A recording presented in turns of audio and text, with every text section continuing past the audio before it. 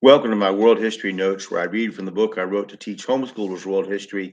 A Bible believer looks at world history. You can find it on lulu.com, amazon.com, or at the Bible Baptist Bookstore. Just follow me here.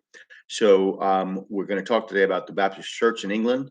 And just follow along. If you would subscribe to my channel, if you're of a mind. With regard to the history of the Baptist churches in England, the line of English churches that they can be traced historically, who consistently called themselves Baptists, began in 1610 in Holland, according to some sources. This is not to say there were no Baptists in Britain earlier, but that this began a line of churches whose history can be traced.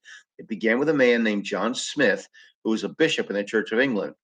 In 1606, after study of the New Testament, he was convinced that the doctrines and practices of the Church of England were not biblical, and thus he resigned his position as priest and left the church. Baptists, like myself, are fond of saying that we are not Protestants, but from a much earlier line of Christians extending back to the apostles. But the plain truth is that the churches that first called themselves Baptists can only be traced this way. There is a heresy called Baptist Bride, which insists that only the Baptist church is a New Testament church, which is, of course, nonsense. Any church that follows the New Testament practices of the churches Paul taught is a New Testament church. Excuse me. Baptists were simply unique among Protestant churches in their opposition to the alliance between church and state until recently, and infant baptism. Apostolic succession is truly about belief being handed down, not an office to office.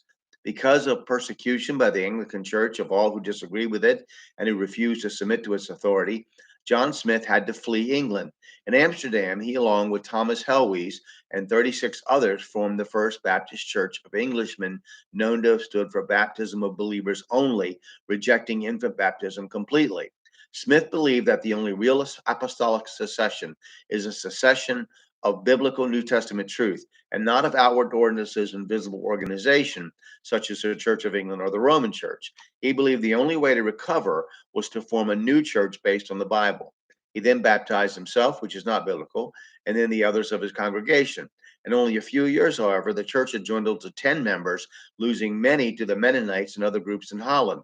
Smith died in 1612, and the church ended in Holland shortly thereafter, with Helwy, Thomas, and John Merton returning to England as persecution there had lessened. History records that the members of this Baptist church went back to England or remained in Holland and joined Mennonites. It did not produce a succession of other churches, but those who founded it went on to establish other Baptist churches in England. Back in England, these men, upon returning to England, formed the first recorded Baptist church on English soil.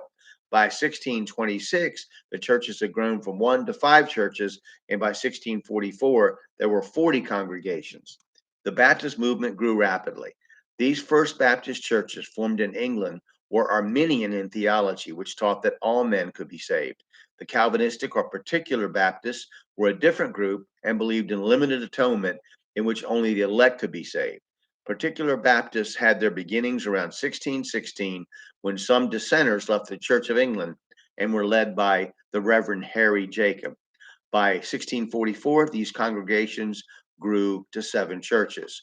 We'll talk a little bit about uh, John Knox and Scotland and Calvin, and then wrap up this section that we've been talking about with the things that you should have picked up or you should study or know about. I think from what we've talked about the last few videos.